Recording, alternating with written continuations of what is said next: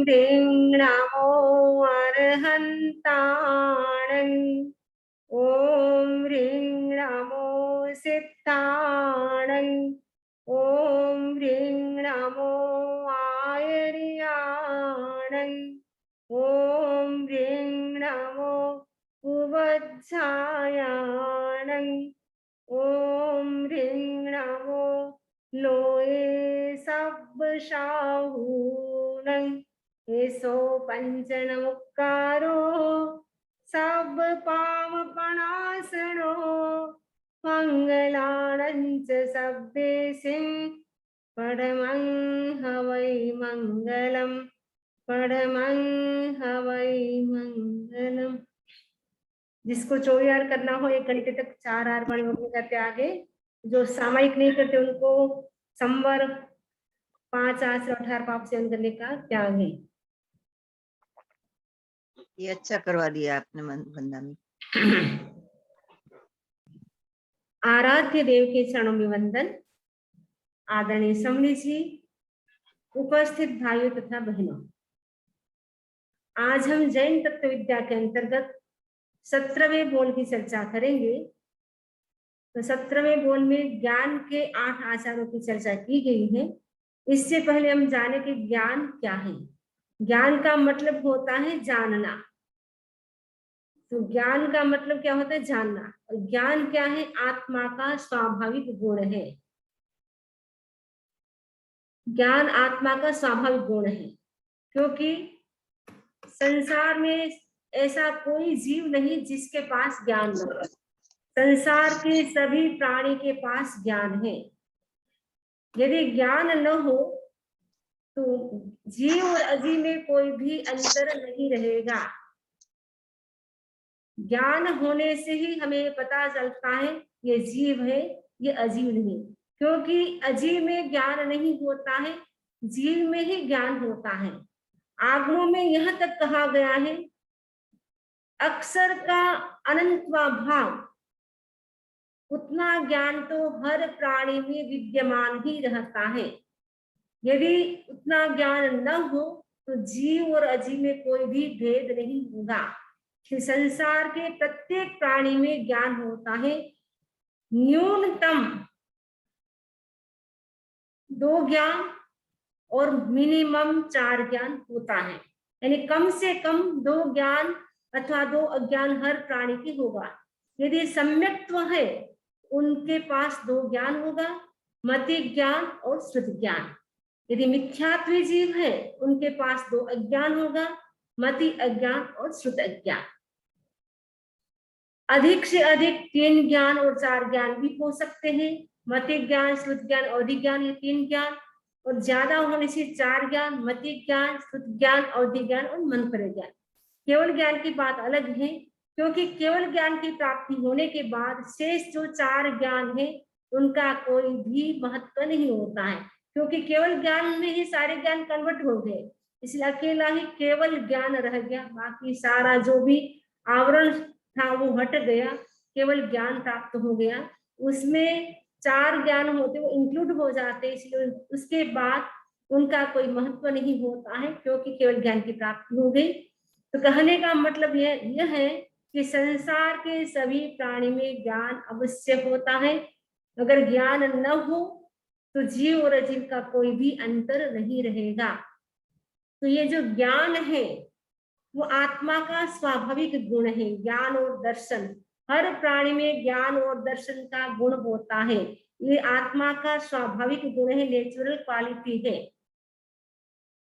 ये जो ज्ञान है वो हमारा कम कैसे होता है, ज्ञान की वृद्धि कैसे होती है, तो शास्त्रों में बताया गया है कि 7 कारणों से ज्ञान की हानि होती है और 11 कारण ऐसे हैं जिससे ज्ञान बढ़ता है। तो ज्ञान हानि के 7 कारण, यानी ज्ञान हमारा जो आया हुआ ज्ञान है वो चला जाता है। वो कैसे जाता है तो इसमें बताया है। तो आलस्य करने से हमारा जो ज्ञान है वो चला जाता है। यदि व्यक्ति आलस्य में रहता है, ज्यादा लेजीनेस होता है, जिसमें वह व्यक्ति ज्ञान को प्राप्त नहीं कर पाएगा, तो उसका ज्ञान धीरे धीरे सीखा हुआ ज्ञान भी चला जाएगा। अधिक सोना, ज्यादा सोने से भी हमारा ज्ञान चला जाता है, क्योंकि सोने से व्यक्ति क्या है, स्वाध्याय समय पर नहीं कर पाता है, ज्ञान को रिवाइज नहीं कर पाता है, इसलिए उसका ज्ञान चला जाता है। क्लेश करना, क्लेश का मतलब झगड़ा करना। जो व्यक्ति छोटी छोटी बातों में तू मैं करता रहता, उलझता रहता है, आर्ग्यूमेंट आपस में चलता रहता है, तो उसी में उनका समय चला जाता है, फिर वो स्वाध्याय नहीं कर पाते हैं, ज्ञान प्राप्त नहीं कर पाते हैं, जिससे उनका ज्ञान है आया हुआ भी चला जाता है। शोक करना यानी आर्त ध्यान करना, जो अच्छी वस्तु है वो हमें कैसे प्राप्त हो, बुरी वस्तु है उसको हम कैसे दूर करें, उसी में उनका चिंतन रहता है, उससे भी ज्ञान चला जाता है। चिंता करना, टेंशन, जो व्यक्ति ज्यादा टेंशन में रहता है उससे भी उसका ज्ञान चला जाता है, क्योंकि टेंशन में दिमाग इतना भारी भारी रहता है कि नया वो ग्रहण नहीं कर पाता है। रोग होना यानी डिजीज शरीर में होती रहती है, उसके कारण भी व्यक्ति ज्ञान समय पर नहीं कर पाता है, क्योंकि उसके पीछे उसको कितना सब करना पड़ता है एक शरीर में रोग होने से। तो रोग जिस शरीर में बार बार होता रहता है डिजीनेस, उसके कारण भी वो ज्ञान प्राप्त नहीं कर पाता है। अधिक मोह करना यानी परिवार के प्रति, व्यक्ति के प्रति, वस्तु के प्रति, संपत्ति के प्रति अधिक मोह होगा, हमारा अटैचमेंट होगा, उसी में हम उलझे रहेंगे। उनका मेंटेन कैसे करना, वो कैसे करना, कैसे बढ़ाना बिजनेस को, कैसे बच्चों की पढ़ाई करना, दिन भर उसी का चिंतन रहेगा, तो व्यक्ति ज्ञान नहीं कर पाएगा। तो ज्ञान हानि के यानी ज्ञान जो आया है वो चला जाता है, यानी कम हो जाता है, हानि का मतलब नुकसान हो जाता है हमारा।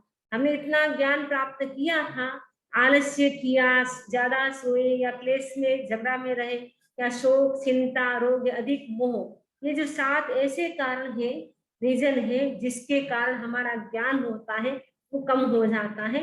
तो हमारा ज्ञान कम न हो, हमारा ज्ञान कैसे बढ़े, उसके लिए हमें आगमों में 11 कारण बताए हैं कि ज्ञान जो आया है उसको हम बढ़ा भी सकते हैं।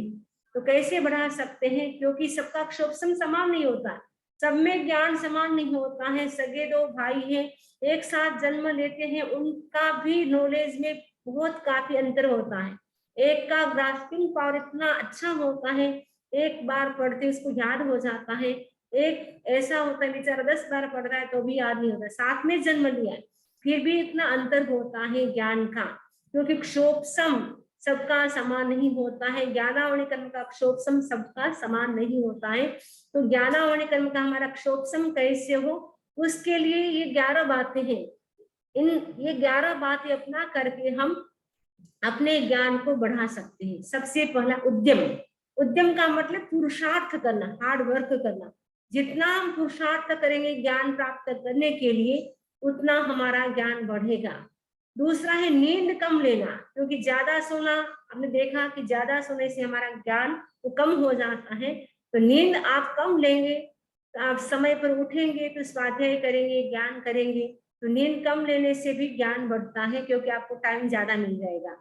उनोद्री तप करना, उनोद्री का मतलब भूख से कम खाना, जितनी आपको भूख है उससे आप कम खाते हैं तो आपका पेट हल्का रहेगा, जिससे आपको आलस्य नहीं आएगा। आलस्य नहीं आएगा तो आप आराम से स्वाध्याय कर सकते हैं, रिवाइज कर सकते हैं, जिससे आप नया नया सुन सकते हैं, तो उससे आपका ज्ञान बढ़ेगा। कम बोलना, क्योंकि बोलने से हमारी एनर्जी वेस्ट होती है। जितना हम कम बोलते हैं हमारी एनर्जी सेव रहती है, और जितना कम बोलेंगे उतना ज्ञान हमारे अंदर ज्यादा जाएगा। जितना ज्यादा बोलेंगे फिर हमें याद नहीं रहेगा, क्योंकि हमारी एनर्जी उसमें वेस्ट होगी, हम कैच नहीं कर पाएंगे ज्ञान को। इसलिए ज्ञान अगर हमें बढ़ाना है तो कम बोलना, जितनी जरूरत है आवश्यक बोलना है, अनावश्यक नहीं बोलना है। अच्छी संगति करना, यानी आपकी संगत, बोलते जैसा संग वैसा रंग, जैसा आप संग करते वैसा ही रंग आ जाता है।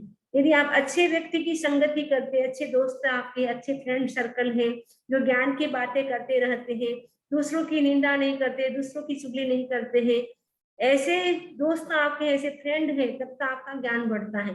यदि वो दूसरों की निंदा चुगली करते हैं तो आपके भी कर्म बनते हैं सुनने से, तो उनके तो बनते हैं, सुनने वाले के भी बनते हैं, तो उससे हमारा ज्ञान कम हो सकता है। इसलिए हमें क्या करना, अच्छे दोस्त की संगति करना चाहिए, जो ज्ञान की बातें करता हो, जो दूसरों की निंदा ना करता हो, वैसे फ्रेंड हमें बनाना चाहिए। विनय, विनय करने से भी हमारा ज्ञान बढ़ता है। माया रहित तप करने से भी हमारा ज्ञान बढ़ता है। कई लोग तप करते हैं लेकिन माया के साथ, छल कपट के साथ तप करते हैं, उससे ज्ञान कम हो जाता है। लेकिन जो भी तप करे, माया रहित करे, स्वाध्याय करना, यानी जो हमने सीखा है उसको रिवाइज करना, क्योंकि हमारी मेमोरी ऐसी है, अगर हम रिवाइज नहीं करते हैं तो सीखा हुआ भी हम भूल जाते हैं। तो कितना ज्ञान हम भूल जाते हैं इसी जन्म में, क्योंकि हम रिवाइज नहीं करते। इसीलिए हमें क्या करना चाहिए, बार बार घोची पुली करे, यानी घोची यानी घोटना, ची यानी चिताना, पू यानी पूछना, ली यानी लिखना। कालुगणी कहा करते थे, घोची पुली कर तू रेवे जद आवे व्याकरण।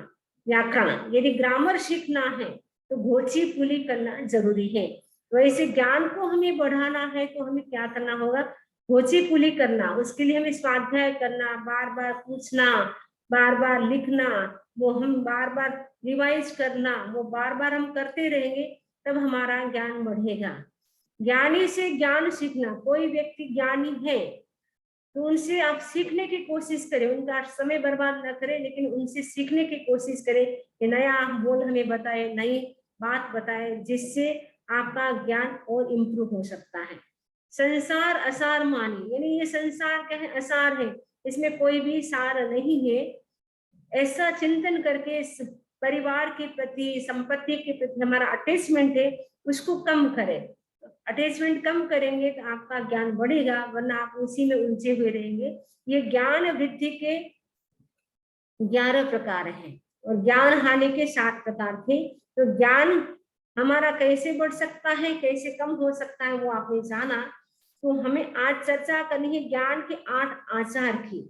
इसीलिए हम बता रहे कि ज्ञान क्या है, हमारा आत्मा का स्वाभाविक गुण है और ज्ञान का हमें बहुमान करना चाहिए। ज्ञान का जितना हम सम्मान करेंगे उतना हमारा ज्ञान बढ़ता है। ज्ञान की हमें आशा नहीं करनी चाहिए, वरना ज्ञानावली कर्म का बंद हो जाता है। तो ये जो ज्ञान के 8 आचार है, उनको समझना इसीलिए जरूरी है क्योंकि सम्यक ज्ञान प्राप्त होने से सम्यक दर्शन जैसे प्राप्त हो गया, वैसे ही सम्यक ज्ञान भी जरूरी है। तो ये सम्यक ज्ञान कब होता है, जब सम्यक दर्शन की प्राप्ति होती है। तो जैसे दर्शन के 8 आचार है, वैसे ही ज्ञान के भी 8 आचार हैं। तो सम्यक्त्व की विशुद्धि के लिए जैसे दर्शन के 8 आचारों की समझ, 8 आचारों को हमने समझा था, वैसे ही ज्ञान हमारा बढ़ता रहे, इम्प्रूव होता रहे, उसके लिए ज्ञान के जो 8 आचार हैं उनको भी हमें समझना जरूरी है। तो ज्ञान के 8 आचार, जिनके नाम काल, विनय, बहुमान, उपधान, अनहिनवन, सूत्र, अर्थ और सूत्रार्थ, ये 8 आचार हैं ज्ञान के। अब इनको हम क्रम से एक्सप्लेन कर रहे हैं, एक एक को डिटेल से हम समझेंगे।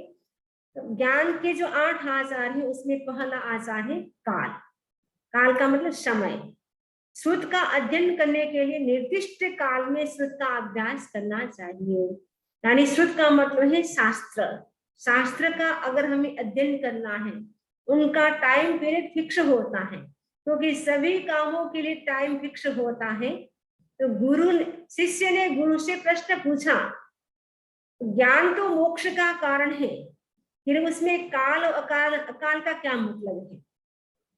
तो गुरु ने कहा शिष्य से, शिष्य सभी चीजों का समय होता है, आहार करने का भी समय होता है कि कौन से समय हमें भोजन करना चाहिए, सोने का भी समय होता है कि कौन से समय हमें सोना चाहिए, और भिक्षा जाने का भी समय होता है कि कौन से समय हमें भिक्षा जाना चाहिए, विहार करने का भी समय होता है कि कौन से समय हमें विहार करना चाहिए। वैसे ही सूत्र पढ़ने का भी, शास्त्र पढ़ने का भी समय होता है कि कौन से समय हमें सूत्र का पठन पाठन करना चाहिए। अकाल में स्वाध्याय नहीं करना चाहिए। अकाल में स्वाध्याय करने से उससे क्या होता है, काल में अगर हम स्वाध्याय करते हैं उससे तो कर्मों की निद्रा होती है, लेकिन अकाल में यदि हम स्वाध्याय करते हैं तो वो हमारे लिए कष्टकर भी हो सकता है। कहा जाता है जो विद्या साधनी होती है उसका भी समय होता है। यदि चतुर्दशी के दिन, अष्टमी के दिन आप साधेंगे तो विद्या आपको सिद्ध होगी। विद्या साधने का भी समय होता है, सही समय पर विद्या की प्राप्ति होती है तो वो विद्या हमारे लिए बहुत ही अच्छी होती है। यदि हम बे टाइम विद्या सिद्ध करते हैं तो वो विद्या भी हमारे लिए हानिकारक हो सकती है।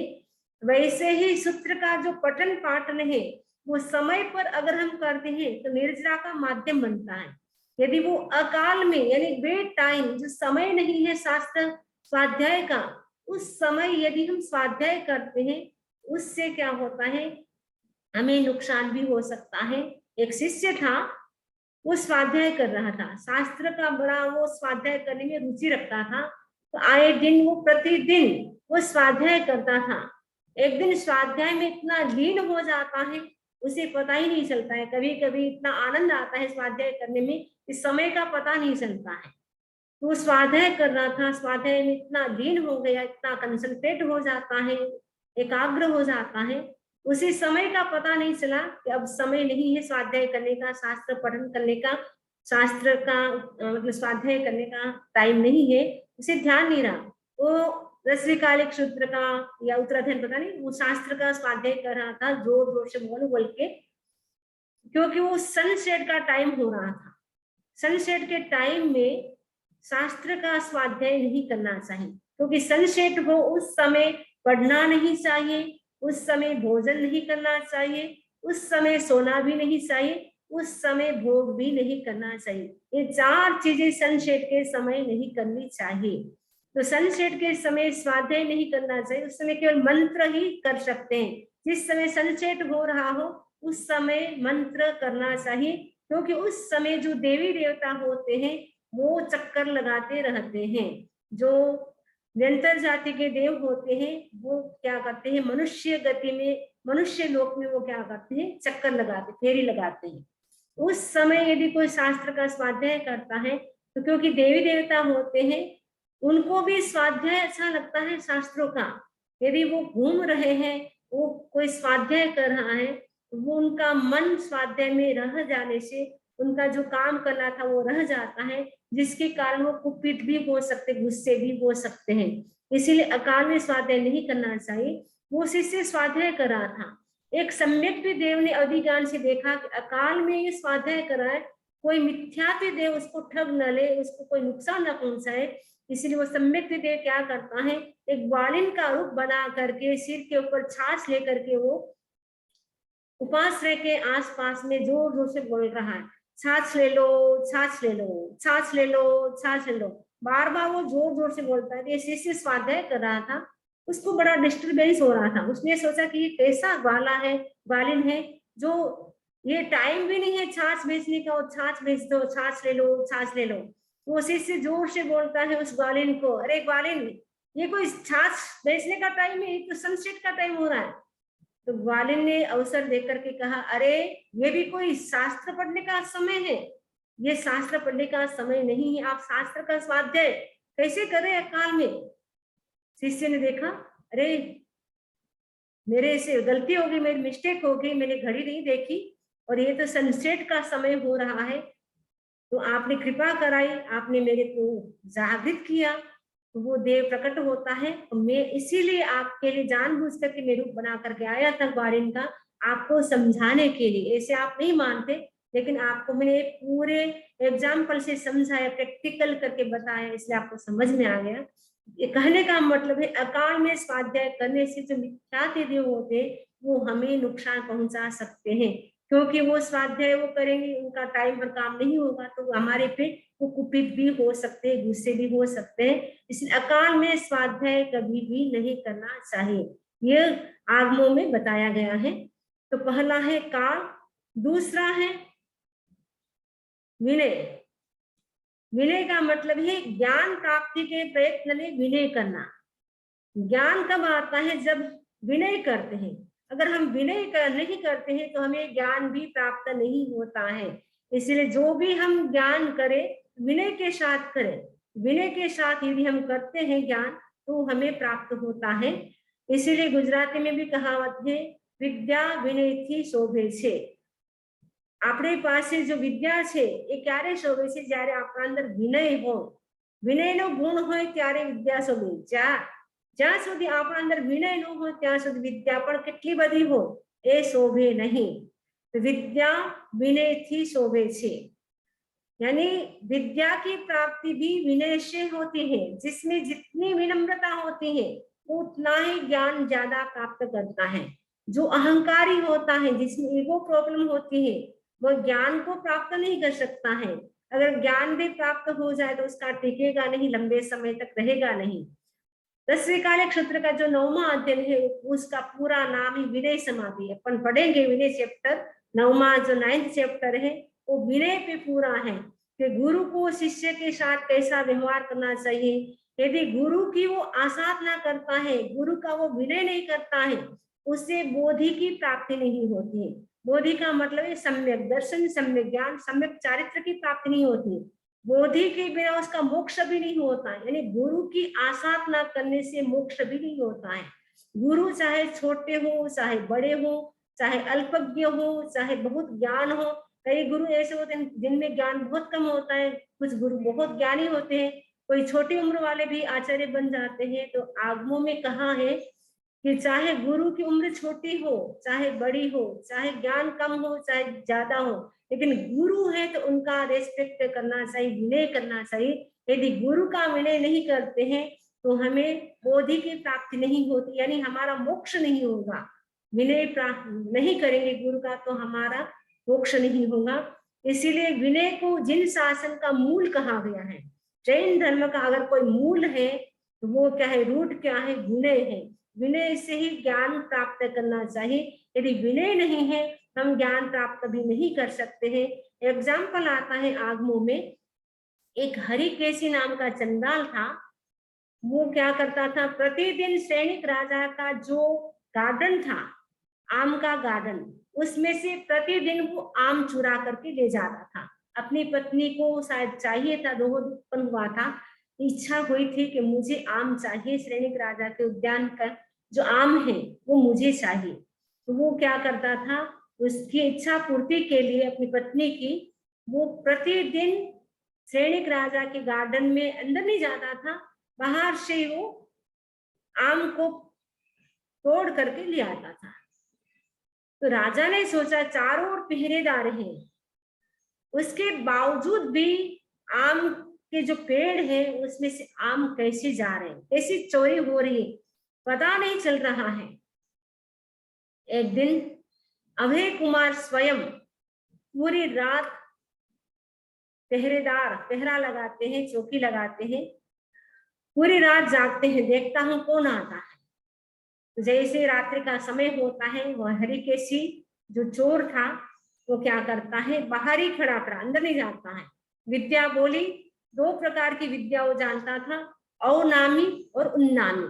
अवनामी का मतलब है जैसे वो विद्या बोलता तो वो वृक्ष जो झुक जाते थे, बाहर आ जाते थे, इसकी जो ब्रांचेज होती थी वो बाहर की ओर आ जाती, झुक जाती थी, उससे वो आम तोड़ लेता था. जैसे ही उन्नामी विद्या का उच्चारण करता तो वापस वो मूल स्थिति में वृक्ष हो जाता. तो यानी जो ब्रांचेस थी वो ऊपर चली जाती थी वापस. अभय ने देखा ये तो बड़ा विद्या संपन्न है, बड़ा चतुर है, चोरी भी नहीं करता है और अब वो विद्या से वो ऐसे आम चुरा रहा है. तो राजा के पास उनको पकड़ करके वो अभय कुमार लेके आता है, उपस्थित किया राजा के सामने. राजा ने पूछा क्या तुम चोरी करते हो? उसने कहा मैं चोरी नहीं करता हूँ. तो फिर कैसे आम ले जाते हो? उसने कहा मेरे पास 2 विद्या है, उन विद्याओं को पढ़ करके मैं आम ले लेता हूँ. राजा को लगा अरे ऐसी अच्छी विद्या है, ये विद्या तो मुझे भी चाहिए. अगर आप मेरे को ये 2 विद्या दे देते हैं तो मैं क्या करता हूँ, आपको मृत्यु दंड नहीं दूंगा, यानी फांसी की सजा मैं आपको नहीं दूंगा, आप बच सकते हो. उसने मरता क्या नहीं करता. उसने कहा कोई बात नहीं, मैं आपको विद्या दे दूंगा लेकिन आप कम से कम मुझे मृत्यु दंड ना दें. राजा ने कहा ठीक है. अब वो क्या करता है, राजा को विद्या सिखाना शुरू करता है, लेकिन राजा को कितनी बार सिखाने पर भी विद्या आती नहीं है. अभय कुमार से कहा अरे क्या बात है, इतनी देर से मैं सीख रहा हूँ फिर भी मुझे याद क्यों नहीं हो रही है विद्याएं. अभय कुमार ने कहा याद भी कैसे होगी, आप तो ऊंचे सिंहासन पर विराजमान है, तो आपको जो सिखाने वाला गुरु जो एक अक्षर का भी ज्ञान दे वो भी हमारे गुरु हो जाते. तो आपको सिखाने वाला गुरु तो नीचे बैठा है, आप ऐसे करें, आप तो नीचे बैठे और उसको ऊपर बिठाए, यानी चोर को तो सिंहासन पर बिठा दिया और राजा स्वयं नीचे बैठ गए। जैसे ही सिंहासन पर वो चोर बैठा, हरिकेशी विद्या का उच्चारण किया, पढ़ बोलते ही श्रेणिक राजा को वो विद्या याद हो गई। कहने का मतलब है कि श्रेणिक राजा ने उसके प्रति भी विनय किया तब उनको विद्या प्राप्त हुई। जब तक विनय नहीं किया तब तक उनको विद्या प्राप्त नहीं हुई। तो विनय करने से भी ज्ञान प्राप्त होता है। तो ज्ञान प्राप्ति के लिए भी हमें क्या करना चाहिए? विनम्र विनय करना चाहिए, चाहे छोटे हो चाहे बड़े हो। आपके बच्चे भी हो, उनसे भी आपको सीखना है तो उनसे भी विनय से सीखेंगे, आपको याद हो जाएगा। यानी किसी से भी सीखे, हम विनय करें तो विनय करने से क्या होता है? ज्ञान हमें मिलता है। तीसरा आचार है बहुमान करना, रेस्पेक्ट करना। ज्ञान अगर किसी के पास है, उनके प्रति भी हमें अनुराग रखना, यानी राग रखना, प्रेम रखना, ज्ञान अनुमोदन करना कि आपको कितना अच्छा ज्ञान आता है। अगर कोई ज्ञान दर्शन चारित्र तप आदि की आराधना करता है, उनका भी बहुमान करना, उनकी भी भक्ति करना। कुछ व्यक्ति ऐसे होते हैं जो भक्ति करते हैं लेकिन जिसमें बहुमान नहीं होता है। जैसे कृष्ण वासुदेव का जो पुत्र पालक था, वो कृष्ण वासुदेव का जो पुत्र पालक था, उसमें भगवान के प्रति भक्ति थी लेकिन वो बहुमान नहीं करता था, यानी रेस्पेक्ट नहीं करता था। कुछ व्यक्ति ऐसे होते हैं जो बहुमान करते हैं लेकिन भक्ति नहीं करते हैं। कुछ व्यक्ति ऐसे होते हैं भक्ति भी करते हैं और बहुमान भी करते हैं, जैसे गौतम स्वामी। भगवान महावीर स्वामी की भक्ति भी करते थे और बहुमान भी करते थे, यानी रेस्पेक्ट भी करते थे। कुछ व्यक्ति ऐसे होते हैं ना भक्ति करते हैं ना रेस्पेक्ट करते हैं, जैसे काल सोफ्रिक और कपिला दासी। वो भगवान की ना तो भक्ति करते थे ना भगवान का बहुमान करते थे। हमें अगर ज्ञान प्राप्त करना है तो हमें क्या करना चाहिए? भक्ति भी करना चाहिए और बहुमान भी करना चाहिए। ऐसे एग्जाम्पल एक आता है, एक शिव की मूर्ति थी। एक जो ब्राह्मण था, वो शिव को प्रतिदिन चंदन का टीका लगाता, स्नान कराता, नए नए कपड़े पहनाता, रोज ऐसे करता था। एक भील था, वो क्या करता था? मुंह में पानी भर करके वो जो अपने मुंह का पानी था वो हमेशा शिव की मूर्ति पर डाल देता था।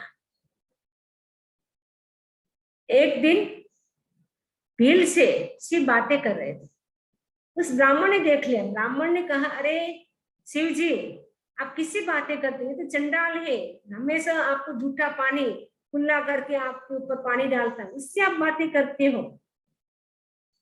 शिव जी ने सोचा इसको भी सिखाना चाहिए कि भक्ति है कि क्या है इसके अंदर, पता चले वास्तविक भक्ति किसके अंदर है, ब्राह्मण में है या भील के अंदर। तो बताने के लिए शिव जी ने क्या किया? अपनी आंख निकाल दी। दूसरे दिन वो ब्राह्मण शिव जी को स्नान कराने के लिए, तिलक लगाने के लिए, कपड़े पहनाने के लिए आता है। देखा, अरे भगवान की आंख नहीं है, अन्याय हो गया, कलयुग आ गया, घोर अपराध हो गया है कि भगवान की आंख भी किसी ने निकाल दी है। जोर जोर से चिल्लाता है, एकदम उदास हो जाता है। लेकिन अब क्या कर सकते हैं, घोर कलयुग है, भगवान की आंख भी कोई भक्त आकर के निकाल गया है। थोड़ी देर के बाद वो भील आता है। जैसे भील ने देखा भगवान शिव की आंख नहीं है, वो कुछ भी नहीं सोचता है, तुरंत ही तीर लगाया, आंख निकाली अपनी और भगवान को आंख लगा दी। शिव जी ने कहा, देखो भक्ति किसकी ज्यादा है, तुम्हारी या इसकी? तुमने तो बस चिल्लाया, घोर कलयुग आ गया, कैसा जमाना है, ऐसा तुम बोल रहे थे, लेकिन तुम्हारे पास की आंख थी, तुम्हारे मन में भी नहीं आया मैं अपनी आंख लगा दूं भगवान को। इसने कुछ भी नहीं सोचा, ना आगे सोचा ना पीछे सोचा, बस तुरंत ही अपनी आंख निकाली और भगवान को लगा दी। तो दिल में कितनी भक्ति थी। यानी भक्ति करने से, बहुमान करने से भी क्या होता है, हमारे ज्ञान की प्राप्ति होती, ज्ञान बढ़ता है। ये जो ज्ञान का आचार है, बहुमान करना, भक्ति करना। चौथा आचार है उपधान का मतलब होता है तप करना। कोई भी हम आगम शास्त्र पढ़ते हैं, उस समय तप की आराधना की जाती है। श्रुत वाचन के समय, श्रुत का मतलब शास्त्र का, यानी आचारांग, समवायंग, जो 11 अंग, 12 उपांग, 4 मूल, 4 छेद एक आवश्यक, जो 32 आगम है, उनका जब हम स्वाध्याय करते हैं या प्रारंभ करते हैं काम करना, ट्रांसलेट करना या पढ़ना शुरू करते हैं, उस समय क्या करना होता है, विशेष अनुष्ठान चालू रखना होता है, कोई न कोई तप करना जरूरी होता है। तो श्रुत वाचन के समय आंबिल आदि विशेष तप का अनुष्ठान करना। हमें भी याद है जब आचार्य तुलसी ने आगमों का ये काम शुरू किया था, संपादन का काम, उस समय आचार्य तुलसी स्वयं ने भी तेला किया था। वो तेले के साथ अनुष्ठान करके उन्होंने संपादन का काम शुरू किया था। ऐसे भी कोई शास्त्र जब एक कंप्लीट हो जाता दूसरा स्टार्ट करते, तो उपवास के साथ स्टार्ट करते, या उस दिन विगे नहीं खाते या एम्बिल करते, कुछ न कुछ आचार्य तुलसी भी तब करते थे, हम लोगों को भी प्रेरणा देते थे। तो अभी अपन भी ध्यान नहीं दिया, अपन जैसे 10वीं कालिक सूत्र चल रहा है, तो जब तक 10वीं कालिक सूत्र का वाचन होगा तब तक हम इतने द्रव्य से ज्यादा नहीं खाएंगे या विगे अमुक विगे नहीं खाएंगे, वो अपन भी एक एक कर सकते हैं अनुष्ठान। तो श्रुत वाचन के समय आंबिल आदि विशेष तप का अनुष्ठान करना, उसमें भी कौन सा आगम का जब चले उस समय कौन सा तप करना होता है वो भी बताया है। श्रुत के 2 प्रकार बताया है, आगाढ़ श्रुत और अनागाढ़ श्रुत। आगाढ़ श्रुत में कौन से आगम आता है, आगाढ़ श्रुत में भगवती आदि का जो वाचन करते हैं वो आगाढ़ सूत्र के अंतर्गत आता है। तो भगवती आदि का जब वाचन किया जाता है उस समय तप जो किया जाता है वो अलग होता है। अनागाढ़ श्रुत में आचारांग आदि सूत्र का जब वाचन करते हैं उस समय तप अलग किया जाता है, तो वो हमें पता नहीं है। लेकिन आचारांग में जो तप किया जाता है वो अगर भगवती सूत्र के टाइम वो तप करते हैं, भगवती सूत्र में जो तप करना आचारांग सूत्र के टाइम करते हैं, उल्टा पुल्टा कर देते हैं, उससे प्रायश्चित आता है, क्योंकि आपने विपर्यास कर दिया, विपरीत कर दिया, तो उससे भी चातुर्मासिक प्रायश्चित आता है। मुझे पूरा क्लियर नहीं हुआ है, ये समझ करके आपको आगे बताएंगे कभी अवसर आएगा तो। लेकिन उसमें ऐसे बताया कि भगवती सूत्र में जो तप करना है उसमें वो तप नहीं किया, आचारांग सूत्र आदि जब पढ़ रहे थे उसमें वो तप किया। आचारांग सूत्र में जो तप करना भगवती में पढ़ते समय वो तप किया, तो उससे विपर्यास विपरीत हो गया, उल्टा हो गया, उसमें चातुर्मासिक प्रायश्चित आता है। तो किस रूप में आता है वो आगे आपको कभी समझ करके बताएंगे। नेक्स्ट है अन्निनवन। अन्निनवन का मतलब है छिपाना, ज्ञान और ज्ञानदाता का आचार्य का गोपन न करना। आपने किसी से ज्ञान सीखा है, आपके ज्ञानदाता आचार्य कोई भी हो सकता है, ज्ञान देने वाला, कहेंगे अरे आपको तो इतना अच्छा आता है, आपने किससे ज्ञान सीखा, और मुझे तो ऐसे आता है, मैं तो बढ़ती रहती हूँ, मुझे तो किसी से सीखने की जरूरत है, मैं तो अपने आप सीख लेती हूँ। आपने सपोज किसी से सीखा है, अब उनका नाम नहीं बताना चाहते हैं, उससे भी क्या होता है, ज्ञान की आसाधना होती है। तो इसलिए हमें क्या करना चाहिए, कभी भी हम किसी से भी ज्ञान सीखे उनका हमें नाम बताना चाहिए, इसलिए इन्होंने हमें सिखाया था इसलिए हमें आता है, या गुरुदेव की कृपा से हमें आता है, हमारा तो क्या ज्ञान है, ये सारा तीर्थंकरों का हमारे को उपकार है, अरिहंतों का उपकार है। अरिहंतों ने ये ज्ञान दिया केवल ज्ञान के माध्यम से, इसलिए आज हमारा इतना प्रोग्रेस हुआ है, विकास हुआ है। यदि अरिहंत हमें ज्ञान नहीं देते, शास्त्र नहीं वाचन करते, तो हमारे पास कहाँ से ज्ञान होगा। इसलिए हमें ज्ञान का अहंकार कभी करना नहीं चाहिए, ये तो अरिहंतों का उपकार है, इसीलिए हमें इतना ज्ञान है। हमारे पास तो क्या ज्ञान है, एक बूंद जितना ही है, सागर ज्ञान तो अथाह सागर है, तो हमारे पास इतना सब बूंद है, तो उसको भी अगर हमने सीखा है किसी से तो भी हमें छिपाना नहीं चाहिए, उनका नाम बताना चाहिए, क्योंकि छिपाने से हमारा ज्ञान कम होता है, ज्ञान की आसाधना होती है। सूत्र का वाचन करना, यानी जो 32 आगम है उनका वाचन करना, वो भी उच्चारण शुद्ध होना चाहिए। यदि उच्चारण अशुद्ध होता है तो उससे भी ज्ञान की आसाधना होती है। एक अनुस्वार भी आपने छोड़ दिया तो भी उसकी आसाधना होती है, यानी उच्चारण जब शुद्ध करे, यानी कभी इसमें जोर देना होता है, कभी नहीं देना होता है, लेकिन हम उच्चारण जहां देना है जोर वहां तो नहीं देते, जहां नहीं देना वहां देते हैं।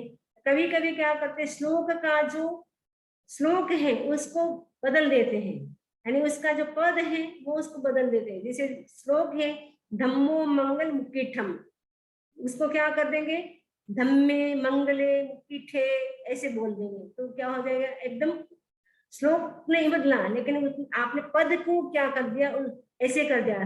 हाँ तो धम्मो आपने कर दिया धम्मे, हाँ मंगल, धम्मो मंगल, मंगल था मंगले कर दिया, उससे भी क्या होती है, ज्ञान की आसाधना होती है।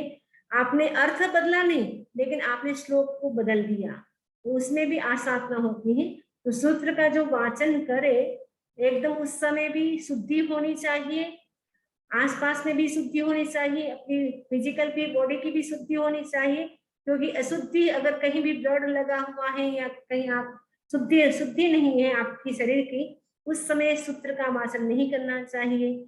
और त्रिसंध्या के समय सूत्र का वाचन नहीं करना चाहिए, वो भी हमें ध्यान देना है। तो उसके साथ साथ जब चंद्र ग्रहण होता है, सूर्य ग्रहण होता है, उस समय भी सूत्र का वाचन नहीं करना होता है। जब फोग बरसता, फोग आ रहा है फोग, उस समय भी सूत्र का वाचन नहीं करना होता है। और अगर 100 कदम आगे कोई डेड बॉडी है तो उस समय भी नहीं करना होता है। पंचेंद्री कोई सपोज चिपकली भी मरी हुई है या चूहा भी कोई मरा हुआ है, 100 कदम अगर आपको पता चल गया तो आप क्या है उस समय सूत्र का वाचन नहीं कर सकते हैं। तो सूत्र का वाचन किस समय करना चाहिए वो भी हमें पूरा ध्यान देना चाहिए। और आभा का चिन्ह, आसोज की पूनम एकम, आषाढ़ की पूनम एकम, चैत की पूनम एकम, कार्तिक की पूनम एकम और भाद्रा की पूनम एकम, उस दिन भी हमें स्वाध्याय नहीं करना होता है 2 दिन, वो हमें पूरा ध्यान रखना चाहिए। अगर सूत्र आप सुनते हैं तो पूरा ध्यान देना होता है कि किस समय हमें सूत्र सुनना चाहिए, किस समय नहीं सुनना चाहिए, पूरा ध्यान दे ताकि सूत्र की आसाधना न हो। तो सूत्र का वाचन करना। नेक्स्ट है अर्थ, अर्थ का वाचन करना, अर्थ यानी मीनिंग। जैसे आपने सूत्र पढ़ लिया उसके बाद मीनिंग, तो मीनिंग में कभी कभी क्या कर देते हैं, अर्थ को बदल देते पूरा। कई लोग ऐसे श्लोक जो कुछ बोल रहा है उसका मीनिंग आप पूरा उल्टा कर देते हैं, क्या वंती क्या आवंती, तो बोलते कि क्या है क्या नहीं है, मतलब उल्टा पुल्टा अर्थ कर देते हैं। उसका मीनिंग कुछ और है और मीनिंग आप कुछ और बता रहे हैं, तो उससे भी क्या होता है, ज्ञान की आसाधना होती है। मैंने जैसा मीनिंग है वैसा ही हमें करना चाहिए। यदि हम अर्थ को उलट पुलट कर देते हैं तो उससे भी हमारे ज्ञान की आसाधना होती है। हमें अर्थ को उलट पुलट भी नहीं करना है, जैसा है वैसा ही हमें बताना चाहिए, वरना हमारे ज्ञान की आसाधना होती है। नेक्स्ट है सूत्रार्थ, यानी सूत्र और अर्थ को पढ़ना, यानी सूत्र और अर्थ साथ साथ पढ़ना। इधर जैसे आपने सूत्र पढ़ा, इधर मीनिंग पढ़ा, तो सूत्र और अर्थ दोनों का वाचन करना, तो दोनों का ही सही से उच्चारण होना चाहिए। यदि सही उच्चारण नहीं होता है उससे भी क्या होता है, आसाधना होती है। और ज्ञान के 14 अतिचार है, 14, यानी वो आपको अगर पाठ आता हो, आग्ने तीहे पनस्ते तंझा सुत्तागमे अत्थागमे तदुभयागमे एस सिद्धनाश जो में देव से यार को तंगाल में संवायुद्धम बच्चामेनम निणक्षरम अचक्षरम पहिनम विणहीनम होशीनम जोभिनम सुट्टू दिनम सुट्टू परिचिम अकाले को सज्जाओ काले न को सज्जाओ। ये ज्ञान के 14 अतिचार हैं। ये ज्ञान के 14 अतिचार इसमें कहा है, यानी सूत्र को आगे पीछे करना, अर्थ को आगे पीछे करना, उच्चारण अशुद्ध करना, जो बड़ा उच्चारण करना है लोग करना है उसको छोटा कर देना, छोटा करना उसको बड़ा कर देना, तो ऐसे। और मूल पाठ में दूसरा पाठ मिला देना, ऐसे करने से अकाल में स्वाध्याय करना, काल में स्वाध्याय न करना, उच्चारण जो बोल बोल के करना चाहिए वो मन में करते हैं, घोष के साथ करना चाहिए वो आप नहीं करते बराबर, उससे क्या है ज्ञान के अतिचार यानी ज्ञान का दोष लगता है। तो वो भी हमें पूरा ध्यान रखना चाहिए कि हमें किस रूप में हमें सूत्र का वाचन करना है। तो उच्चारण पूरा शुद्ध होना चाहिए। यदि शुद्ध उच्चारण नहीं होता है तो इससे क्या होता है, ज्ञान की आसाधना होती है। ये ज्ञान के 8 आचारों की चर्चा हमने संक्षेप में की है। अगर इससे संबंधित किसी को कोई प्रश्न हो तो पूछ सकते हैं। इसी आशा के साथ ओम अरहम ओम। बंदामी नमस्कार।